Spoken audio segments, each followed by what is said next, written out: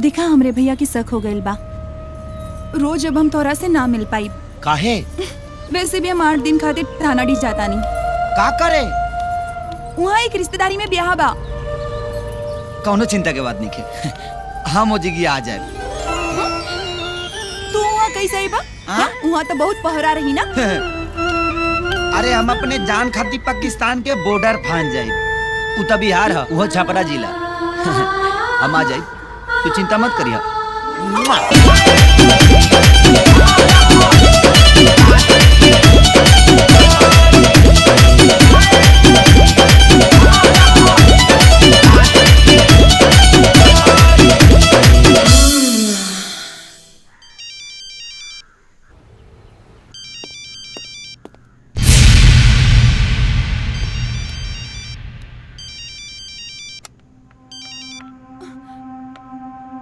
कहाँ बाड़ू ये जाने मन? तोरा बिना काम में तनिको मन नहीं लागत। प्लीज आ जाना, गाड़ियों ठीक करावे के बहाने। प्लीज आ जा। हेलो भैया हमारा फोन।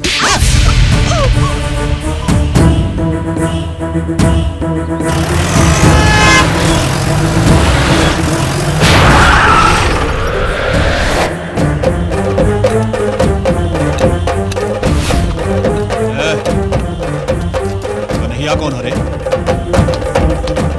हम ही कन्हैया। ए गली के कुत्ता, तोर हिम्मत कैसे भइले हमार बहन पर नजर उठा के देखे के? नजर का हम तो दिल लगा चुकल बनी छोटे ठाकुर। बोल बोल, आज का बाद रानी पर नजर उठा के बिना देखबे। बोल देती अगर तोहरा बहन से सच्चा मोहब्बत ना के लिए रहती था। छोटे ठाकुर, ये एगो मैकेनिक के हाथ था। आए हाथ से बिगड़ल इंजन के दुरुस्त करी। अगर तू रानी के भाई ना रहता ना तो तोहरा दिमाग के नट बल्ट अभी टाइट कर। कन्हैया कन्हैया ए कन्हैया कन्हैया क्या करत बाड़े? हैं पागल हो गेल बाड़े तू? मुन्ना बाबू हाथ उठाओ बाड़े।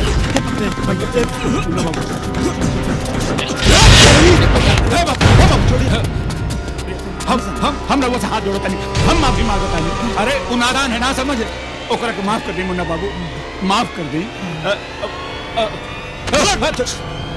अच्छी तरह समझा दिए, अगर समझ जाए तो ठीक, ना तो बोटी बोटी काट के फेंक दे। जी जी जी हम समझा दे। जी जी हम अच्छी तरह समझा दे।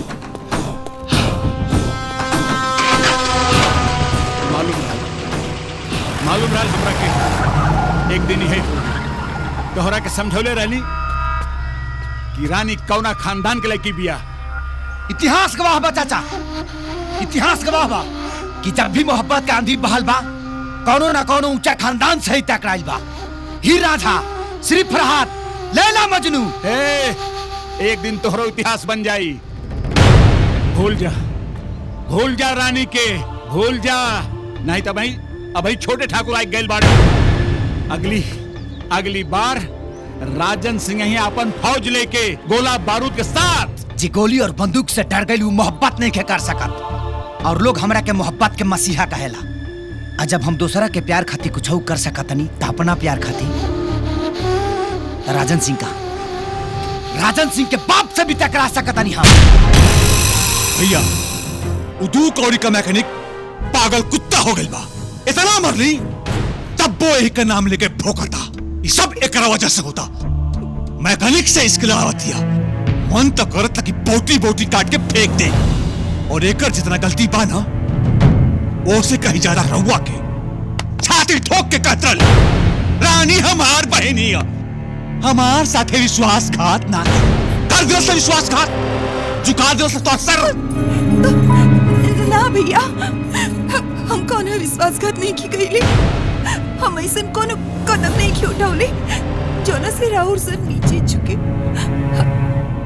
हम तो कन्हैया से सच्चा प्यार कइले बानी भैया। रानी उम्रे खानदान में सिर्फ शादी होला, प्यार ना। हम सब कुछ बर्दाश्त कर सकेले लेकिन अपन खानदान के माथे पर कलंक के टिकला। आज के बाद एक घर से तोहार कदम सिर्फ डोली में बैठे खातिर निकले। लाख सितम या तूफान आवे, चाहे टूट पड़े आसमान, काबो झुकौला से झुकेला नहीं, जब इश्क चढ़े परवान।